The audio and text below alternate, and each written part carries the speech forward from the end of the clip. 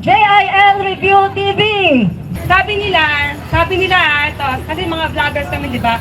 Sabi nila, lalangawin yung rally nyo, hindi katulad sa rally nung nakaraan. Totoo naman, kasi wala tayong milyon. Wala po tayong milyon. Tayo po ay nagpunta dito sa People's Power Monument. Dala po natin yung pagiging Pilipino natin. Yung pangarap natin na magkaroon tayo ng isang bansang tahimik.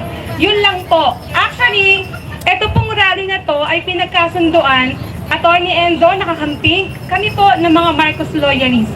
So bakit po tayo nagsama-sama kahit tayo ay magkakaiba ng paniniwala o magkakaiba ng mga kandidato? Kasi po, pagdating ng eleksyon, okay lang pong mag-away-away tayo. Pero pagtapos po ng eleksyon, pag merong nanalo, dapat po magrespetuhan tayo. Dapat po magmahalan tayo kasi ang Pilipinas ay ipagtatanggol ng mga Pilipino. Sino po yung Pilipino? Tayo! Hindi lang yung loyalist, hindi lang yung kakamping, hindi lang yung dilaw, hindi lang yung DDS, tayong lahat. Kung tayo po ay magwawatak-watak, paano man ang bayan natin? Kung tayo po ay mag-aaway-away, paano na yung bayan natin? Okay lang, banatan natin yung mali sa gobyerno. Okay lang yan. Napatan natin yan eh. Pero sana, pag wala namang mali, yung kapayapaan, ipagkaloob naman natin. Kasi tayo lahat ang nagugulo eh. So bakit po ako, no? Sabi nila, loyalist ka tapos hindi ka sumusunod kay PBBM. Ang sabi po ni PBBM, hindi po siya sang-ayon, opinion niya sa impeachment, pero siya po yun. Hindi po tayo, opinion po ni PBBM yun eh. Ang opinion ko para sa kapayapaan, kailangan na po nating ma-impeach si Sara. Bakit? Hanggat si PBBM ang presidente, hanggat si Sara ang pangalawang pangulo, hindi po tatahimik ang mundo ng Pilipinas. Bakit? Kasi mayroong isang grupo na gustong maging presidente instant. Ang instant po ay cup noodles at kape lang. Hindi po ang presidente. So kung ayaw po nilang galangin ang termino ni PBBM, palayasin na natin. Eto. Okay, hindi dahil, sabi niyo naman, kasi loyalist ka, kaya panati ko ka ni Bongbong. Hindi po dahil doon, pero nakita niyo naman, sumagot ba si PBBM sa kanila? Wala pong nag-aaway na presidente at pangalawang pangulo. Wala. May inaaway. Wala pong nagpapatayan katulad ng sabi ng angkor nung Net 25. Wala pong nagpapatayan. May gustong pumatay. Hindi po nagpapatayan. Si PBBM never nagsalita ng masama laban sa kanino man. Kahit sinong kalaban, never mong marinig na nagsalita ng masama yan. So paano natin nakukuha ang kapayapaan? Tanggalin natin yung magulo. Hindi natin kukusintihin yung magulo. Parang ano yun basket of kamatis. Kung yung kamatis may isang bulok, anong gagawin mo? Tatanggalin mo kasi mahahawa lahat. Mahahawa lahat. So karapatan natin, kung ano man ang ating pinaglalaban, konti tayo, tama. Meron ba rito nag-donate ng milyon? Ang alam ko, ang nag-ambag-ambag mga vlogger Ang alam ko, ang nagbigay-bigay nung huli pa nga, wala. Sabihin mo malapit na yung rally, ang pondo, 500 piso. Santissima Trinidad. Niya walang mag-volunteer hanggang sa nung nag-live ako ng GC, nagbigay na yung mga vlogger. Nagkaroon ng pondo. Walang pambayad ng stage. Walang pambayad ng stage. Kasi bakit? Kasi yung rally natin, organic. Walang pinilit. Walang hinakot. Wala nga tayong mapakain sa mga tao So nandito po tayong lahat, naging proud tayo kahit hindi tayo kasing rami nung nakaraan. Nandito tayo kasi ang pinaglalaban natin yung ating bayan. May pera o wala, tayo ay Pilipino, hindi lang po sa salita, maging sa gawa. So marami pong salamat sa inyong lahat. Yan, maraming salamat, Mami Peg. May sasabihin ka? Nandyan na si Takeru. Yung mga vlogger, line up tayo. Takeru dami mong fan. So, dagdagan lang natin ng konti yung sabi ni Mami Peng, no? Tama naman yun, di ba, QLEX?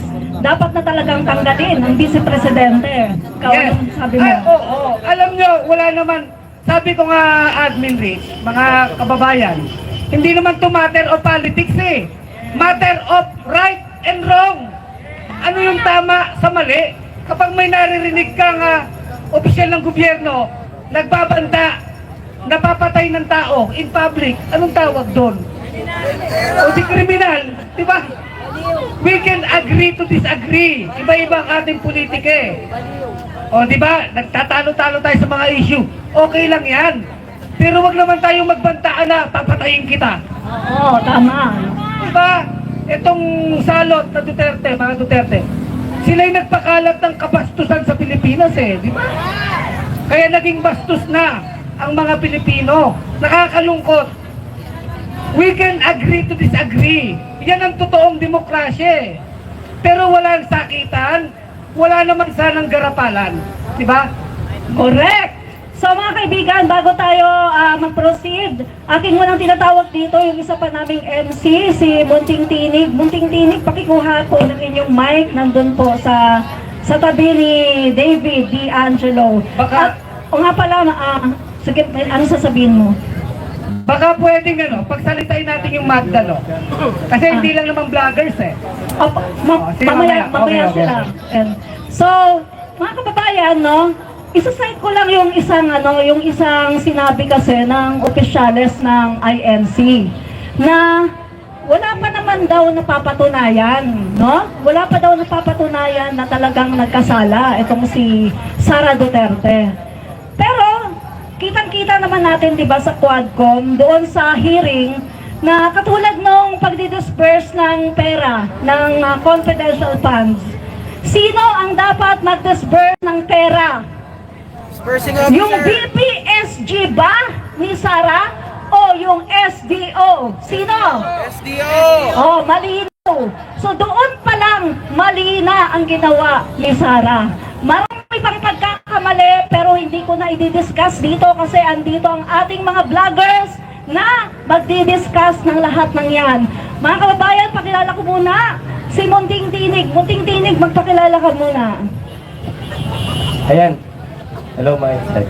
Okay, so magandang araw po sa inyong lahat. Ako po si Munting Tinig from Sultan Kudarat Province, from Mindanao. Isa po ako sa nakikiisa bawat rally na ginagawa po natin dito sa Metro Manila. So, panahon na po upang iparinig natin yung ating mga munting tinig, okay, para po malaman ng taong bayan na tayo po ay hindi takot na ipaalam na dapat ang mali ay mali at ang tama ay tama. Sa panahon ngayon, ang pinag-uusapan po natin ay impeachment. Marami pa po tayong maririnig ng mga magagandang mensahe na makapa-inspire at makapagpaalab ng ating damdamin laban sa Vice President na walang pakundangang niloloko ang taong bayan. Walang pakundangang tinatraidor ang Pilipinas dahil mayroon tayong Vice President na pro-China at naglustay ng pera ng taong bayan na nabobo para sagutin kung paano minaldas at ginastos ang pondong ipinagkatiwala ng sambayanang Pilipino. So huwag tayong matakot. So abangan po natin, Admin Rich and J. Colex, yung mga magagandang mga mensahe, nakakapulutan natin ng aral na wag po tayong matakot despite of intimidation. So laban po tayo para ipahayag sa taong bayan, sa mga politiko na panahon na para pag-usapan ng impeachment dahil ito po ang nararapat. Ito po ang nararapat tindigan ng sambayanang Pilipino. Okay, ano man ang estado natin sa buhay. Mabuhay ang mga vloggers, ang organizers ng impeachment rally dahil tumindig tayo sa tama lamang. At sa mga media na nagko-cover, maraming salamat dahil sa inyo marinig po ang boses ng sambayanang Pilipino laban sa walang kwenta at bratanel na Vice President. Salamat, Munting Tinig! Sara Duterte! Impeach! Okay. Ako na ang pakilala. Lahat ng vlogger kasi, wala kaming budget sa t-shirt eh. Kaya Correct. ngayon lang na. Correct. Lahat ng vlogger, hingi na ng t-shirt kay Magnifico. Ito si Magnifico, yung ating campaign officer. Pasensya na, wala talagang budget, no? Bago natin ipakilala, ito, matapang ito. Kilala nyo na to. Ito, pag naging kapitbahay nyo, at ginawan mo na ang kalokohan, ano ka na, lumipat ka na ng tirahan mo, no? Matindi to, no? Pinapapakilala po natin. Sabi nga niya, wala siyang kulay eh. Para sa bayan. Aling Bari Dinglasan. Palakpakan po natin.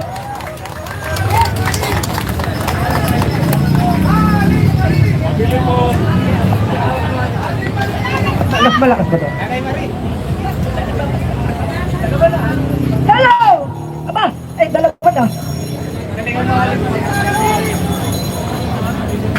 Ayan na si Aling Marie.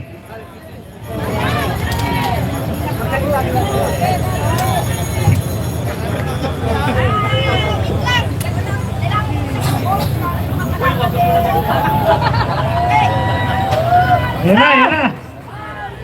Handa na ba kayo? Eh, Wala bang atrasan? wala! Laban kung laban! Para sa bayan! Laban!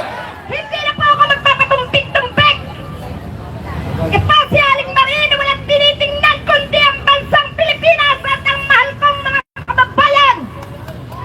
Ang laban kong ito ay para sa inyong lahat! Sa pagkakataong ito, gusto kong ilahat ang lahat ng dahilan kung bakit pinapanatan ko ang mga Duterte mula 2016 hanggang ngayon! Nawala na ang Duterte matanda na umupo ng 2016 hanggang 2022. Pero bakit? Nagkaroon na naman ng isang Duterte ngayong 2022 at balak pang tumagal. Gusto niyo pa ba magtagal si Sara Duterte? Hindi! Ano ang dapat gawin kay Sara Duterte ngayon? Impeach! Bakit ini-impeach si Sara Duterte? Mananaw! Ay sapagkat totoo yan. Sumobra ang pagnanakaw. Lahat na lang ninakaw. Ninakaw ang pera ng bayan. Ninakaw ang karapatan.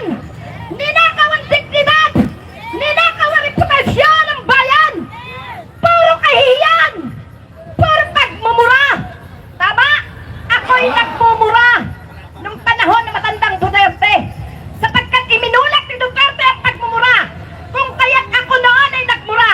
Subalot nung nagbago na ang presidente, naibalik ko na ang dating si Aling Marie na hindi na marunong magmura.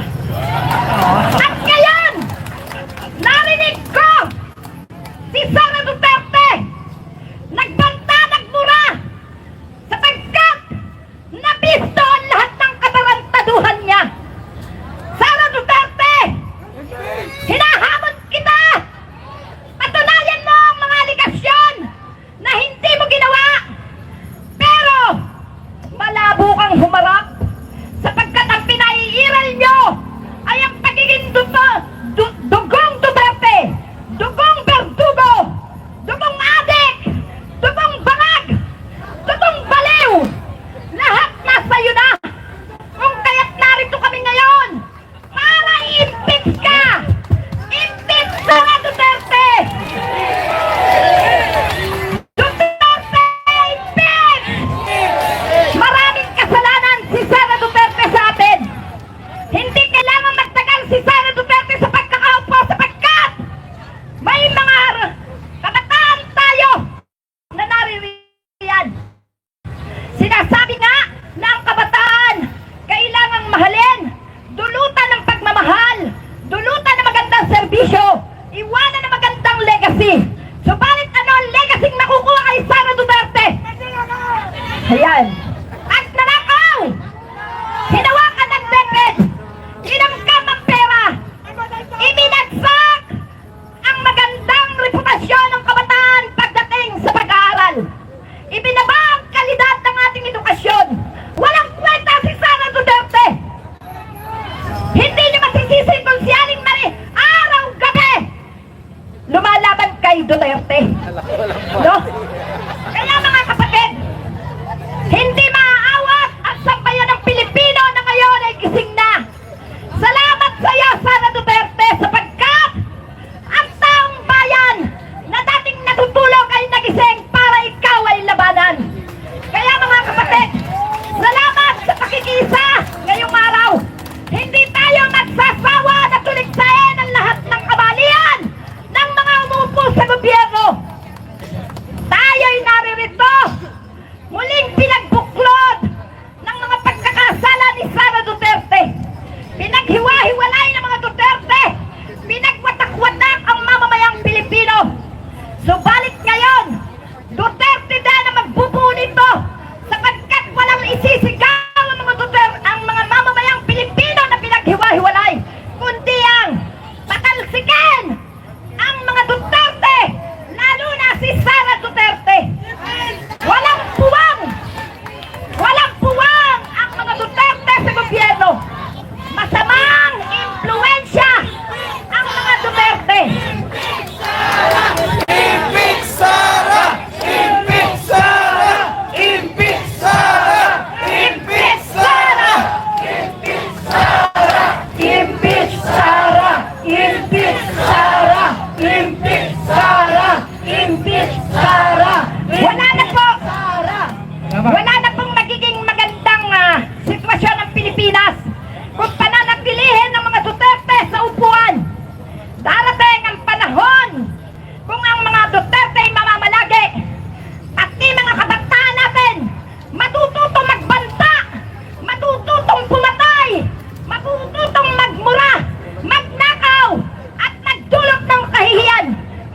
imbitahan na ng mga DDS na mga walang hiya na naimpluwensyahan ng mga Duterte. Pero sa pagkakataong ito, kung may mga DDS na lalapit, yayakapin ko!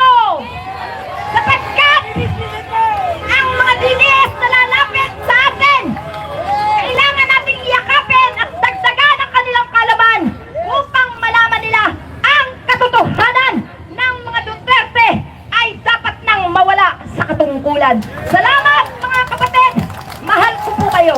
Maraming salamat. Yan. So maraming salamat. No? Impeach Sara! Impeach Sara! Impeach Sara! Impeach Sara! Impeach Sara! Yan. So mga kaibigan, bago po natin ituloy yung pagsasalita po ng ating mga vlogger, meron po muna tayong guest na ating iimbitaan dito sa stage at ipapakilala po siya ni QLEX para tatanungin po natin siya tungkol po dito sa kanilang na-file na impeachment. No, so QLEX, ikaw tayo. Ako, ibayin natin ang format. Nandyan yung ating mga kaibigang media. Meron tayo kasama dito. Tatanungin natin, ano na ba ang lagay ng impeachment complaint sa Kongreso? At ang makakasagot niyan, no less than yung mga nag-file ng impeachment. So pinapakilala natin, dumalo sa ating pagtitipon, si ACT Teachers Party List Representative Franz Castro.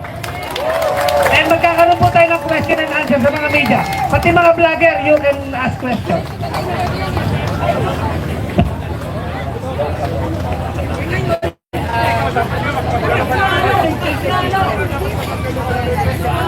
Okay. Ang daming mga kamera. So magandang hapon sa ating lahat.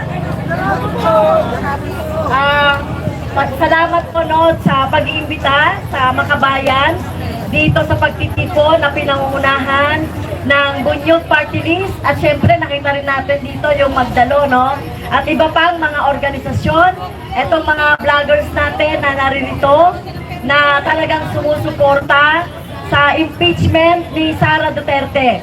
Resolve ba tayo na impeach si Sara Duterte? Yes! Okay. Alam niyo po, more than a month na nang mag-endorse tayo ng impeachment ni Sara Duterte sa House of Representatives.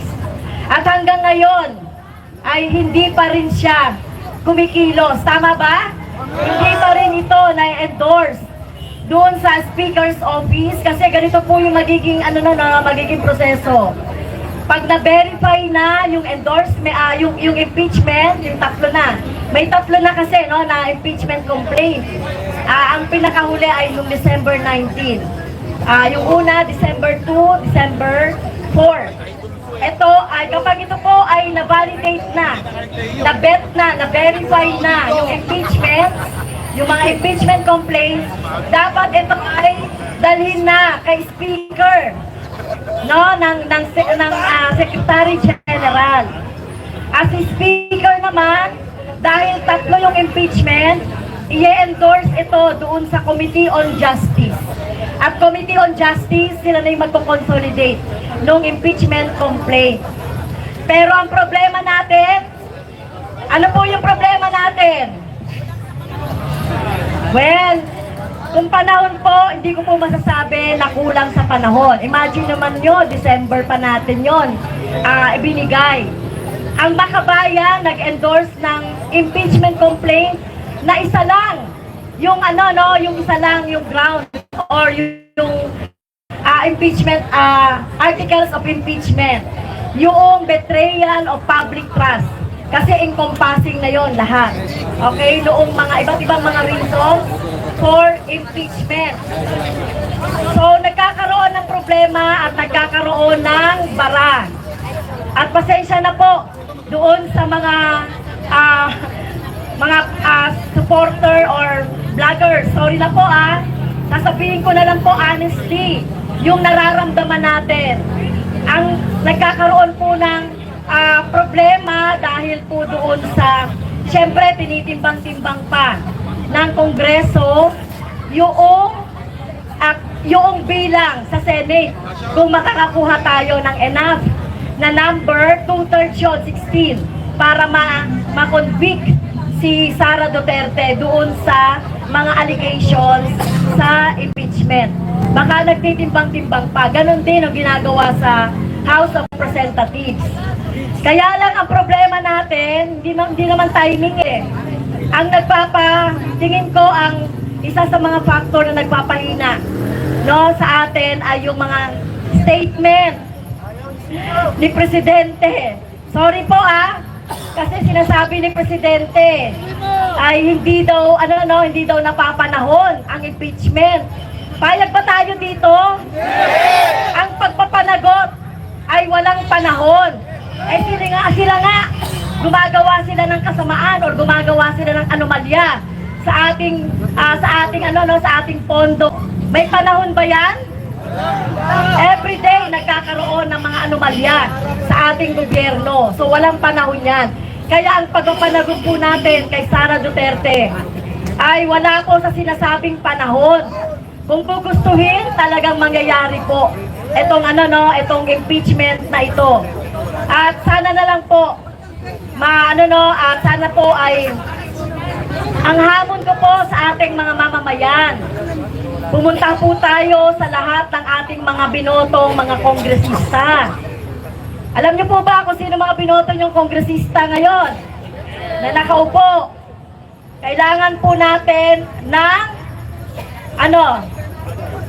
lakas ng mamamayan, ng convincing power ng mamamayan. Anyway, ang boto po nitong mga kongresista na to ay nanggaling sa inyo, tama ba? Nanggaling at dapat pakinggan po ng mga kongresista ang gusto ng ating mga mamamayan. Natakot ba tayo sa rally ng isang religious sect? Natakot ba tayo doon na sinasabi nilang kuno-kuno na 2 million o 1.5 million? Natakot ba tayo doon? Hindi tayo natatakot doon. Dahil minority lang yon, mas marami ang gusto ng impeachment, tama ba? Okay.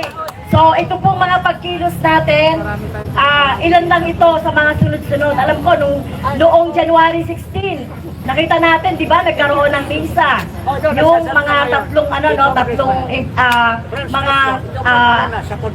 yung mga nag-complain o nag-initiate, no? Kaya po, tayo po, magtutuloy-tuloy tayo. Hindi pa po tapos ang 19th Congress. Hanggang June, June 30. So, halimbawa, June 29, natapos sa Kongreso, pwede yang maipasa doon sa Senate dahil ang Senate naman po, continuing institution yan. Pinalitan lang natin yung 12 doon, pero diretso pa rin siya. Kaya po, huwag tayong mapapaghinaan ng loob, huwag tayong nasisindak doon sa sinasabing 1.5 million. Dahil kapag hindi po napanagot si Sara Duterte, ay may embolden ang mga kurap sa gobyerno, tama ba? Magpapatuloy ang korupsyon. Habang nagpapatuloy ang korupsyon at hindi na-impeach si Sara, at hindi natin napapanagot ang mga kurap sa gobyerno, magpapatuloy ang kahirapan, tama ba? 61% ang nagsasabi na nakararanas ng voluntary hunger, di ba? Nagugutom ang mamayan. Ang taas ng presyo ng mga bilihin. Yes, talagang nararamdaman ng mga mamamayan ang kahirapan. Dahil sa korupsyon, tama ba? Okay, at walang pagpapanagot doon sa mga tao na dapat na sigilin. Kaya ang ating hamon kay Presidente Marcos ay dapat niyang singilin. Kundi siya ay sisingilin natin, no? Dapat niyang singilin ang mga Duterte, si Sara Duterte, panagutin doon sa ginawa niya sa ating pondo. At syempre, ang gusto natin ay panagutin niya, ikulong si Duterte. Tama ba? Okay, so sama-sama po tayo hanggang sa tagumpay, hanggang sa makuha po natin na matanggal at ma-impeach si Sara Duterte. Sama-sama ba tayo? Okay, so yun lang po At muli, magandang hapon sa ating lahat. Mabuhay po tayo. Ayan, so maraming salamat po kay Congresswoman Castro ng ACT Party List. At this point of time, I'd like to acknowledge the presence of Gabriela Party List Congresswoman or Representative Arlen Brosas. Okay, ang sunod po na magsasalita si Attorney Enzo, pero mayroon lang po akong sasabihin. Meron pong nakalaan na question and answer portion para po sa mga vlogger, including the media na present ngayon. Pwede po kayong magtanong kay Congressman Castro kung ano po ang development ng na-file na impeachment complaint laban kay Sara Duterte. So at this juncture, bigay ko po yung microphone, syempre kay Attorney Enzo. Ayan, maraming salamat. Actually, gusto ko lang munang kunin yung pagkakataon kasi baka umalis na si Congresswoman Franz Castro. Gusto nating ipakita dito yung tunay na pagkakaisa ng mamamayan. Na dito, hindi natin tinitingnan ang kulay. Kita nyo, may pula. Ano? Kami sabi nyo, blue. Nung elections, Leni Robredo kami, kakamping. Kasama rin natin dito ang Magdalo. So gusto ko, baka umalis na mamaya si Congresswoman Franz Castro, si Sir Eugene, ang second nominee ng Magdalo. Picture tayo muna dito, Sir Eugene. Tapos Mami Ping, yung mga nakapula sa promo ko, sinong pwedeng tumayo dito? Yung kasama natin, nasa. Tapos si Arlene, halika. Para may picture, ang gandang tingnan, di ba? Kakampings kami. Progresibong grupo naman si Congresswoman Franz Castro, tapos Magdalo. Di ba magandang tingnan?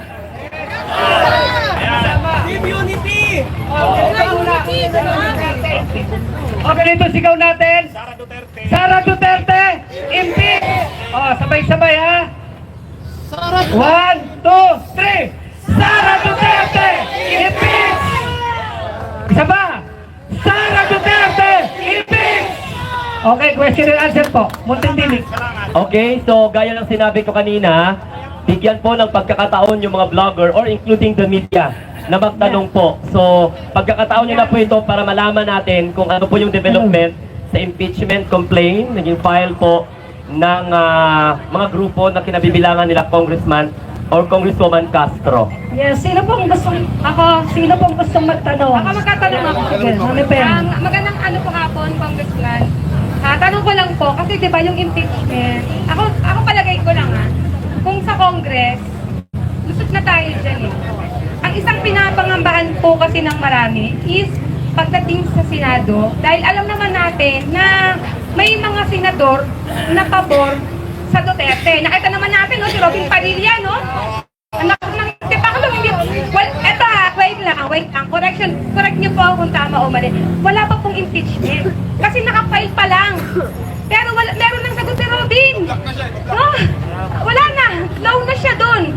So, ang tanong po natin, gaano po ang porsyento na makukuha natin sa Senado? Kung eto pa lang, wala pa nga. Nagnunong na si Robin eh. Yes.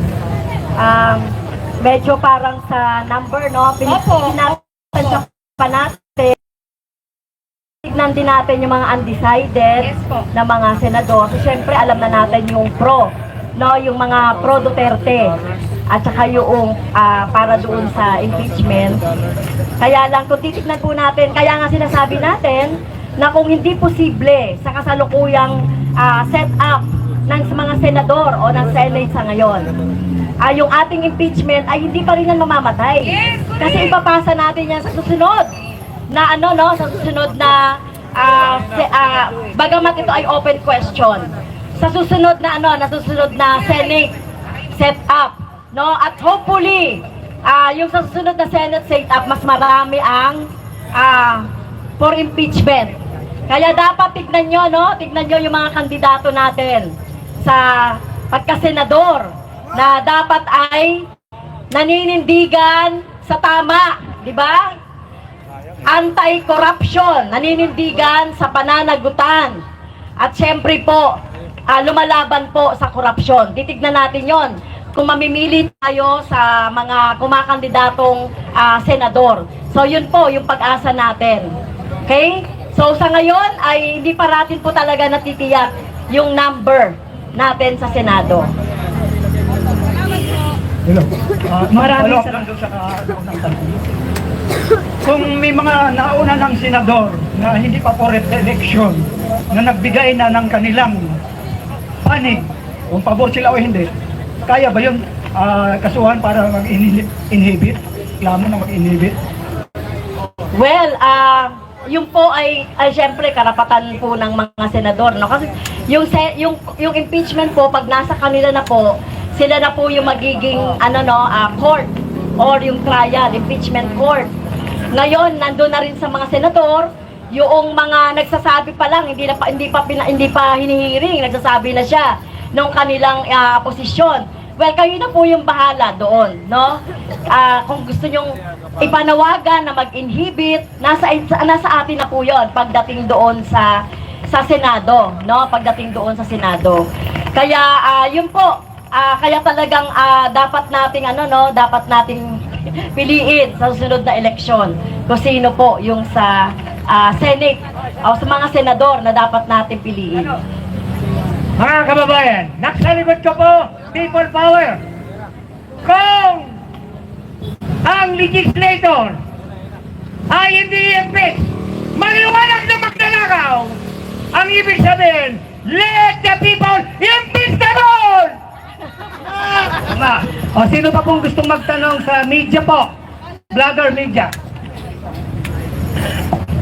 Itatanong ko lang kasi kahapon nakita ko sa Facebook. Umiyak talaga ako eh. Kasi nanumpa si Sara eh. I am Sara. Siya daw ang presidente. Ang kapal niya. Ako ang kapalit ni BBM. Siya daw ang inassign ngayon. May judge eh. May nagganyan pang judge eh.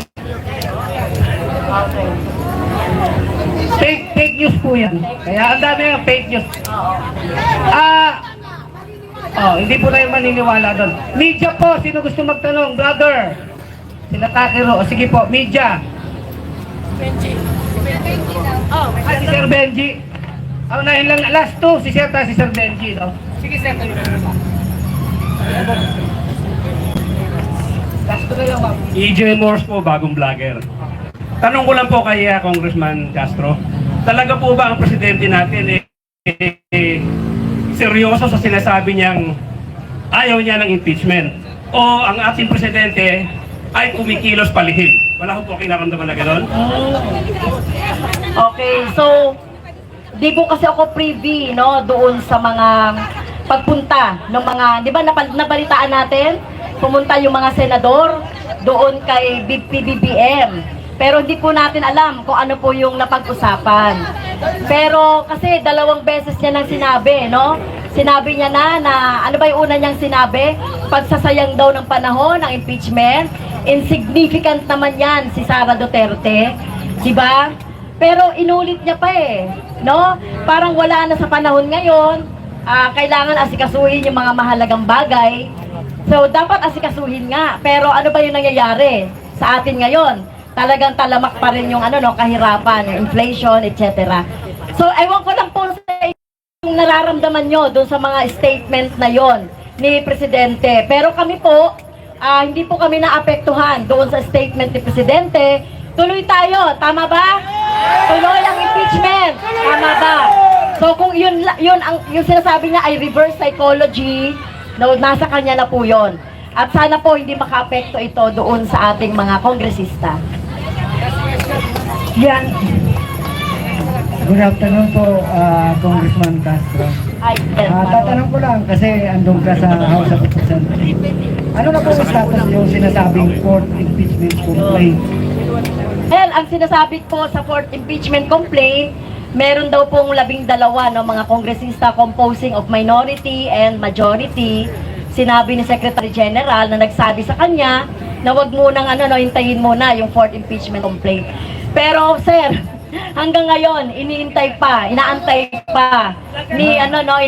ni SecGen, baka itong fourth impeachment complaint nito ay combination na ito. Ang pwedeng mangyari, combination na 3, tapos mabuo na yung 103. So kailangan nating abangan yon, kaya huwag tayong panghinaan ng loob doon sa ating isinusulong na impeachment. Follow up po.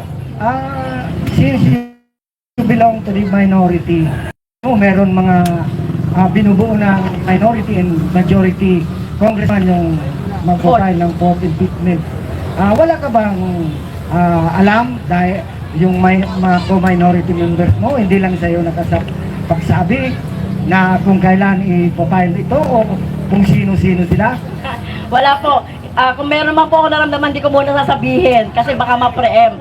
No? Gusto nating magkaroon sila ng moment.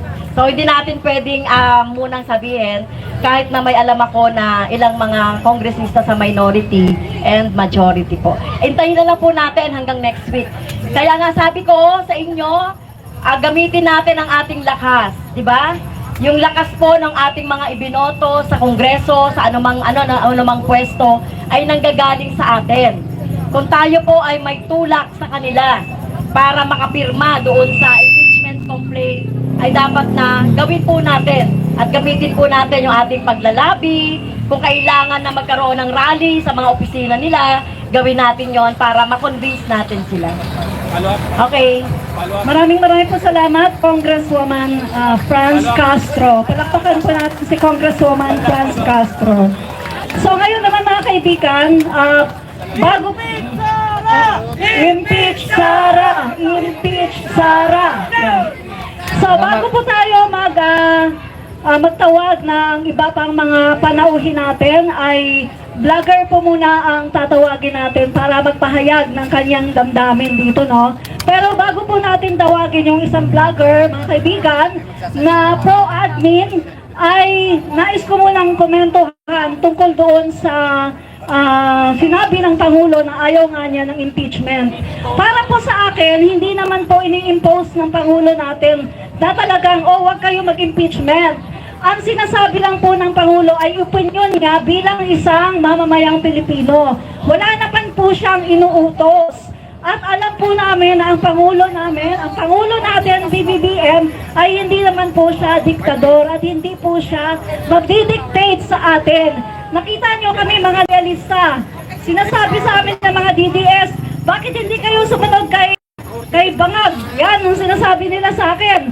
Ang sabi ko naman, kasi ang Pangulo, iba rin yung aming mga opinyon, yung aming mga belief. Hindi naman tayo pare-pareho. Naniniwala kami na ang Pangulo natin ay gusto din ng impeachment kay Sara Duterte. Pero dahil siya ang Pangulo ng bansa, hindi siya pwedeng mag-side. So, intindihin po natin kasi Pangulo siya ng Pilipinas. Kaya nga, merong kikilos para sa kanya. At tayo yun! Yes. Diba? Yun!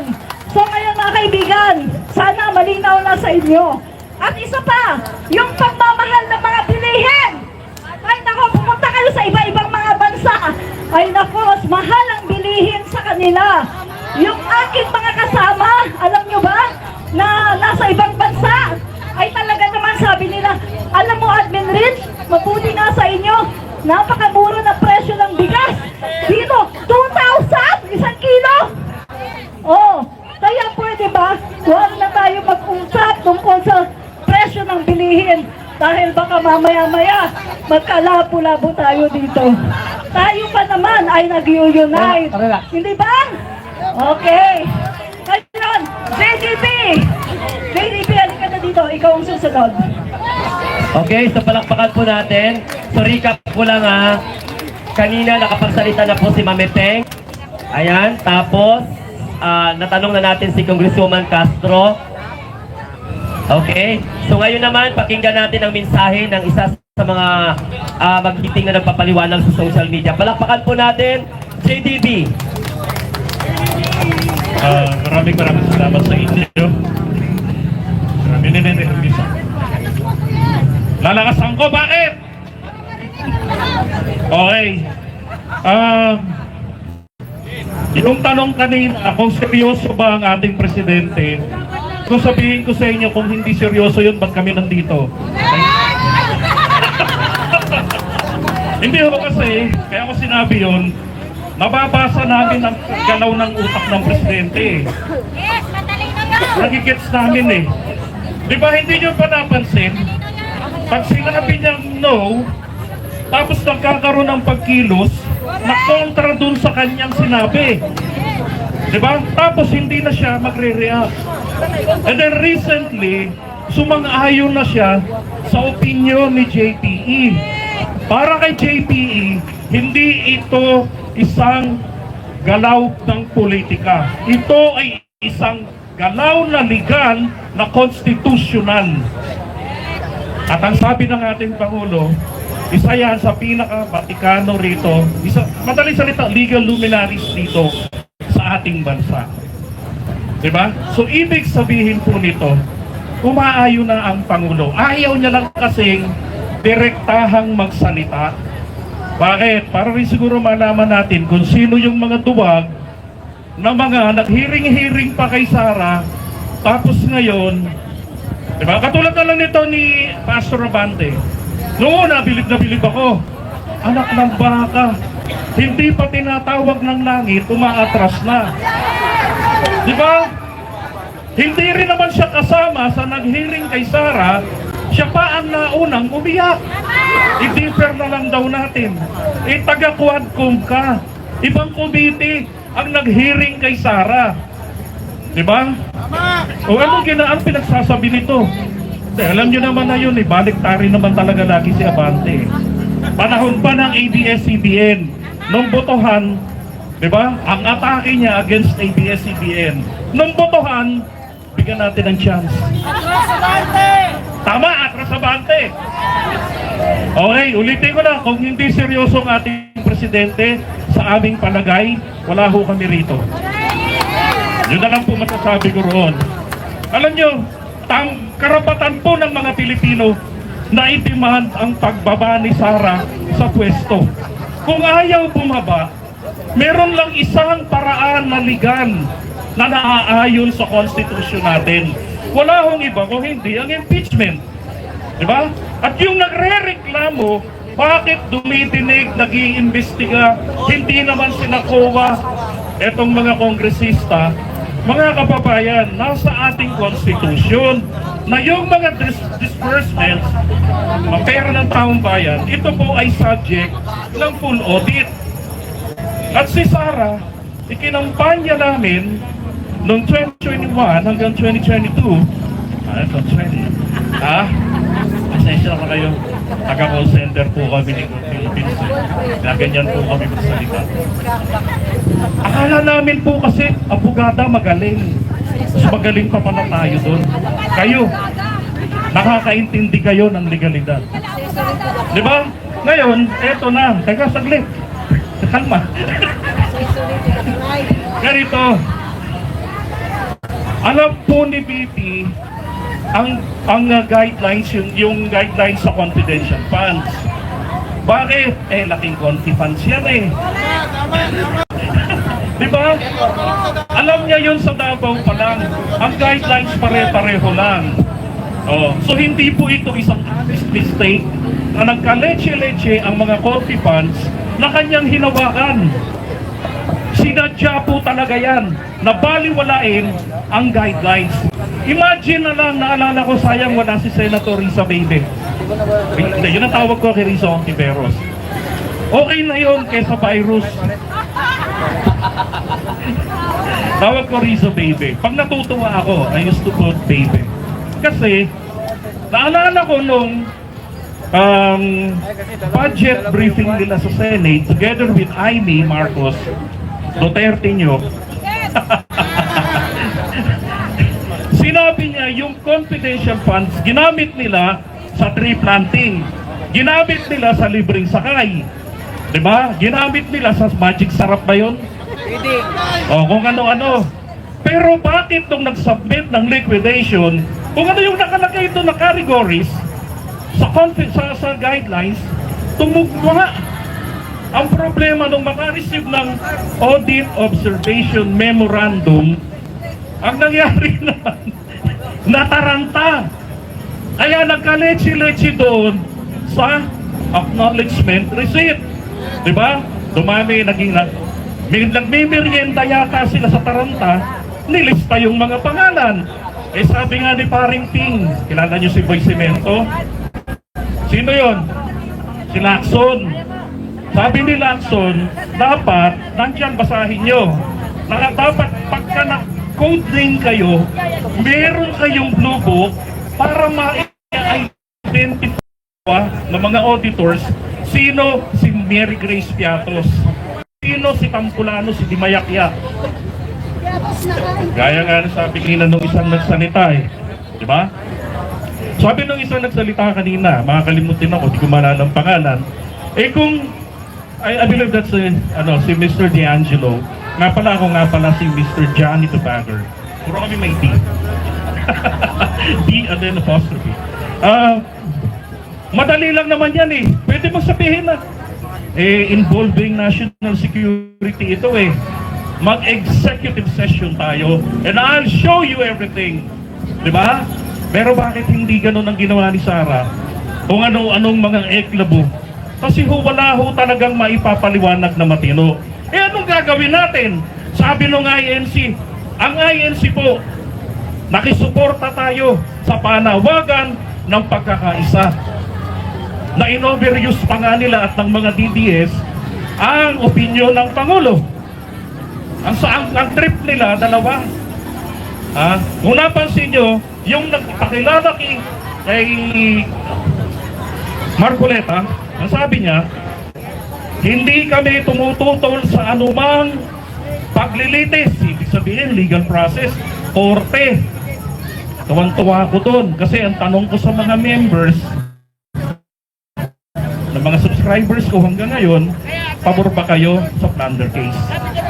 Huwag tayo mag-impeachment, mag-plunder tayo.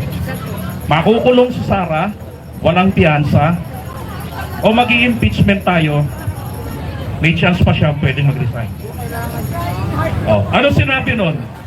Nung pinakilala na si Marcoleta, alam nyo na yung ginawa, di ba? Pagdating ho sa interview, nung nagpakilala sa kanya, ang tema niya, ginamit uli sa panglalalaki na pinatawad ng Panginoong Jesus.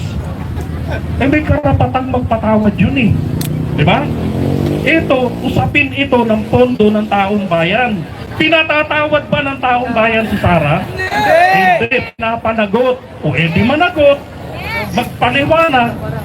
Sino po ang dapat na pinagpapaliwanagan niya? Kongreso. Dahil yan ang representante ng mamamayan. Kaya tama na ang Kongreso ang mag-check ng audit sa kanya. Paano kung ang COA ay nasusuhulan? Tama! Nasaan ang check and balance? Diba? Tungkulin yan ng Kongreso natin. So tama lang ginawa nila. Bakit nababakla yung mga kongresista natin? Diba? Bakit natatakot sila? Lalo na yung mga nanguna. Mga kabayan, ganito lang yan Pag hindi nila to inaksyonan, wag rin nating aksyonan, diba? Wag rin nating aksyonan ang application nila for re-election. Wag nating iboto. Sapagkat may panahon pa. Kapag dating ng February, at gagawin lang naman po kasi ng Congress, pipirmahan lang yan nang matapos na problema nila. Dahil hindi naman po mga ungango yung nag-process ng dokumento ng impeachment complaint. Diba? Sufficient in form, yes. Sufficient in substance, yes. Railroad nyo na. Bahala na si Speaker maghati doon. Di magampanya na kayo, at least iboboto namin kayo uli. Nagampanan nyo ang trabaho nyo. Ang Senado, pag nag-adjourn sa February 8, si PBBM, pwedeng yun. Sabi sa Consti, anytime pwede siyang magpatawag ng special session. Ang pasweldo natin sa Senador, hanggang June 30 pa. June 29, maglabas sila ng verdict. Kung hindi nila i-convict si Sara, palagay ko okay lang. At least hindi tayo lugi.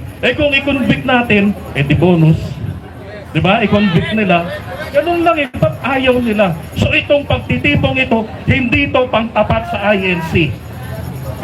Ito ay representasyon ng hinaing ng taong bayan na sinubibo nila. Diba? Pera natin yan. Kailangan natin igiit ang transparency and accountability. Pag ganyan, magkakaroon ng totoong kapayapaan ng ating bayan. Alright, maraming salamat po sa inyo.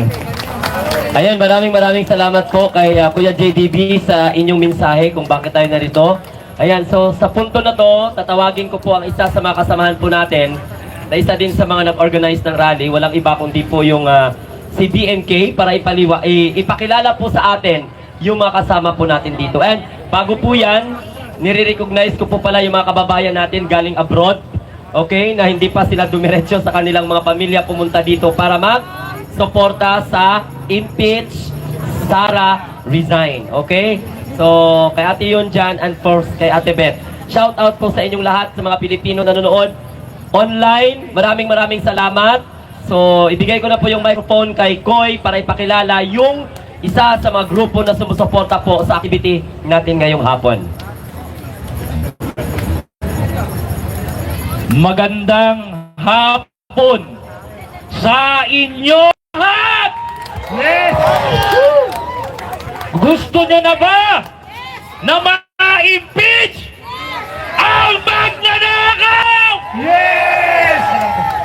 Susuporta kami ngayon, araw na to, hanggang sa dulo na ma-impeach natin ang magnanakaw!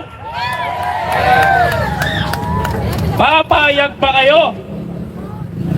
Mula dito, papayag ba kayo na ninanakawan ang pera ng taong bayan?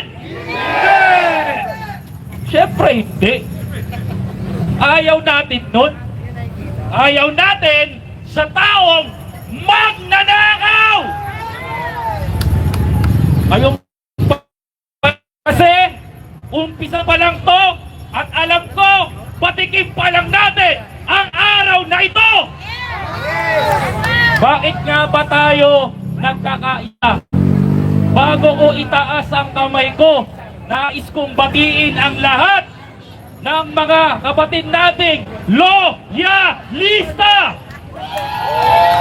Pinabati ko rin ang mga kasama natin mula po noon na hindi man tayo magkakapananaw ng posisyon pero nagkakaisa sa laban na ito. Kaya ngayon, ang panawagan natin, impeach Sara now! Pero gusto kong sabihin na sinusuportahan namin ang akbang na ito upang sa pagbabago ng Pilipinas. Panawagang ikulong si Sara, panagutin, sabi ng ating kababayan ng party list na Bunyog. Pero sa harapan nyo, naninindigan ako bilang isang magdalo na lalabang kami hanggang sa dulo ng laban na ito. Kaya sa panahon na to, Presidente si Pangulong Bongbong Marcos, ang hatid ko sa inyo, eto saluhin nyo, bagong Pilipinas para sa lahat na nandito.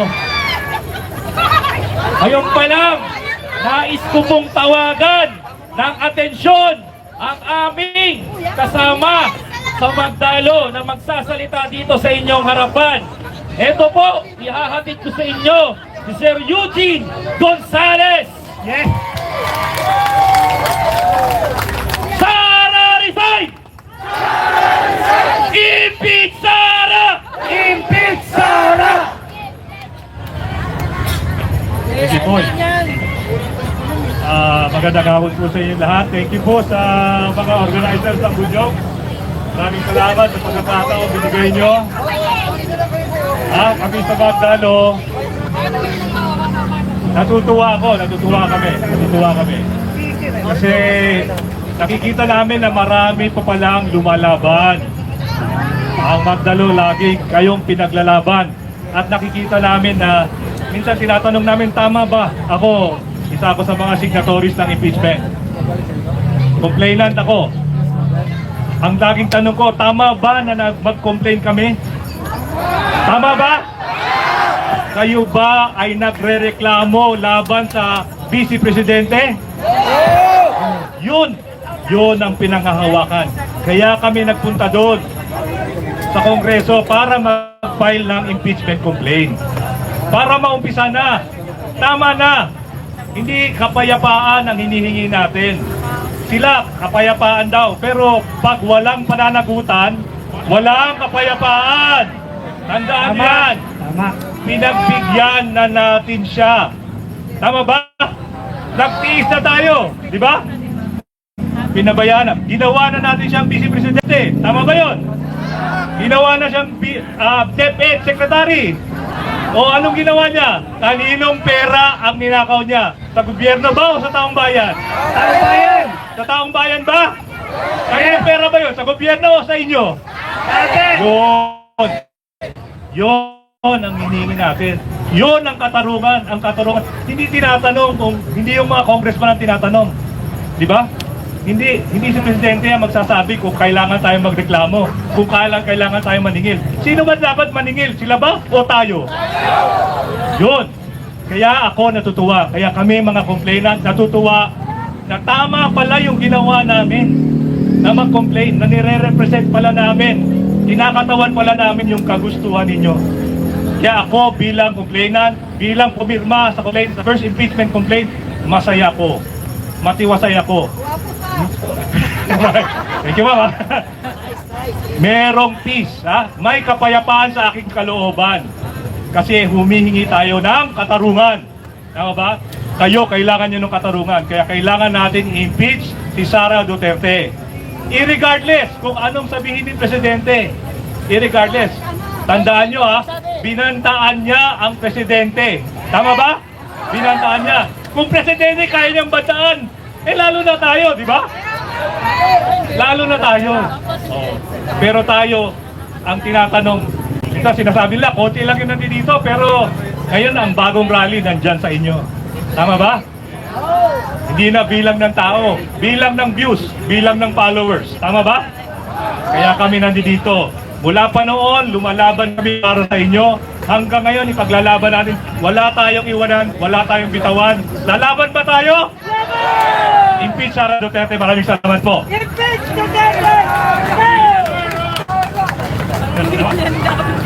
Hindi ba? Okay, maraming salamat po sa Magdalo representative.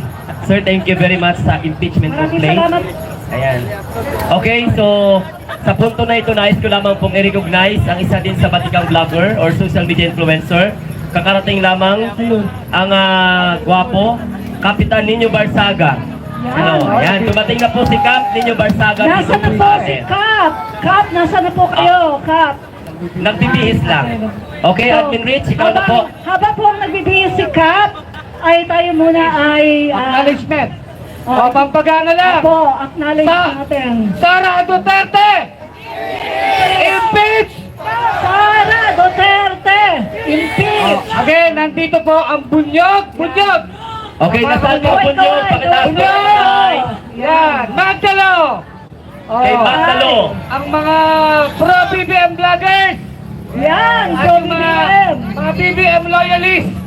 Yan! Meron din pong Kakamping! Kakambing! Yan! Marami kakambing sa... So, PBBM group from Calamba Warriors. Okay, PBBM Warriors from Yan. Calamba. O, nandito na rin. I-shout out din natin. PBBM Warriors! Ito pa, ito pa. Shout out po sa inyo lahat dyan sa mga puno-puno. No, kamusta na po kayo? Okay lang po ba kayo dyan? Yan. Okay. Ako rin po, isa-shoutout ko rin po ang lahat ng ating mga kababayan from iba't ibang panig ng mundo na nakatutok po ngayon sa impeachment rally po natin. Mga subscriber po ng lahat ng mga vloggers na nandito sa abroad. Maraming salamat po. Share, like, and syempre pakisuportahan po ninyo ang impeachment rally na ito. Maraming salamat. Yes. Yan i-ano rin natin, i-shoutout natin, pauwi na, paalis na sila, yung ating Makabayan Black representative. Salamat po.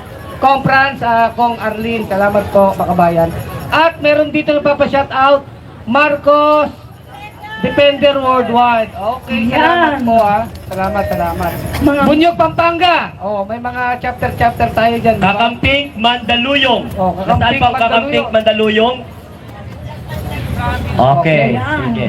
So next, So, dito wala tayong kulay, no? Nagkakalisa Yes. po tayo para isigaw ang iisang sigaw na Impeach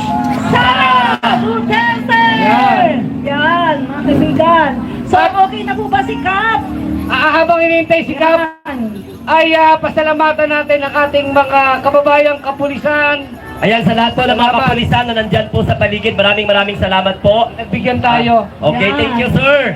Andyan po sa boss. Maraming salamat. And syempre sa media na nag-cover po ng ating activity ngayong hapon, maraming salamat po sa inyo. Acknowledge natin, nandito ang ABS-CBN, ano ba? News 5, GMA, yan. Abante, nandyan sila eh. News 5, Abante, GMA. At sa ating mobile, rock and mobile sound, salamat. And syempre, acknowledge din natin, Admin Rich and colleagues, yung ating mga kapwa-vlogger na talagang nakatutok ngayon at nilalive po ito sa kanilang mga platform. At kasali po Yes. sila dyan sa mga nag-organize pero hindi po sila nakauwi. So maraming salamat po sa inyo dyan. Thank you so much. O yung nag-donate ng tubig na kabunyog natin from Makati, si Sir, nandyan na si Kap, ano? Ayan, nandyan na ba si Kap? So, Okay, so palakpakan po natin okay, mga ang kababayan. nag-iisang Kap Ninyo Barsaga. Yes, ikaw na, wala ng iba. Yan. Malinaw pa sa sa sikat ng araw.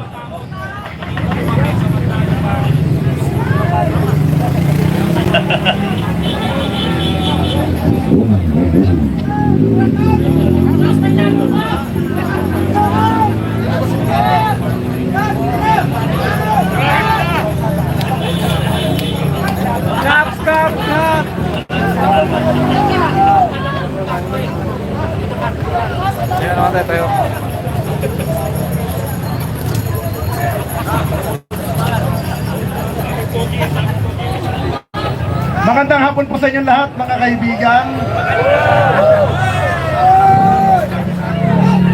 Hindi ako sanay magsalita sa maraming crowd. Hanggang social media lang po ako nag-iingay. Pero by the way, lahat naman tayo gusto natin ng tunay na pagbabago at gusto natin malaman ang katotohanan. Sabi nga nila, no above to the law. Kahit Vice President siya, dapat panagutan niya ang kanyang nagawang pagkakamali. Yun ang dapat.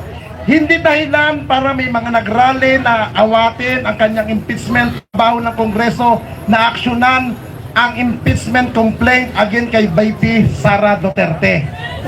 Yun ang the best para magkaroon tayo ng tunay na liwanag at pagkakaisa. Putang ina! Putang ina nila! Ang bigat ko na. Ikaw na, Admin Rich, ang mag-synthesize. Yan, hindi ako makamove on. Doon talaga. Napakalubang! Kap! Nako, tinalo niyo pa si... hindi na ako magsasabi kung sino. So, mga kababayan, ang susunod pong magsasalita, nandito na ba si Palarista? Palarista, nasan ka na? Ikaw na ang susunod. Oh, andyan na ba si Palerista? Okay, ang susunod na magsasalita ay si...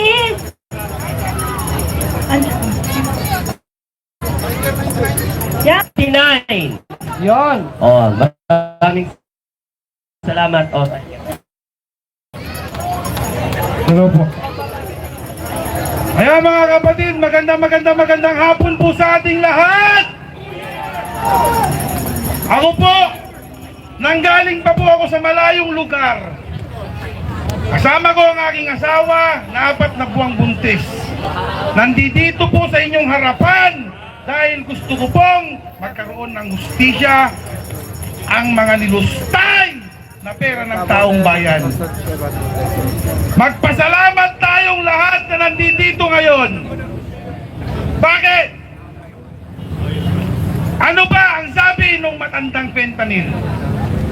Sa lahat ng mga supporters niya, magkita-kita kayo sa impyerno. Si Sara Duterte, anong sabi ni Sara Duterte? Kahit anong mangyari, ako pa rin ang presidente sa impyerno.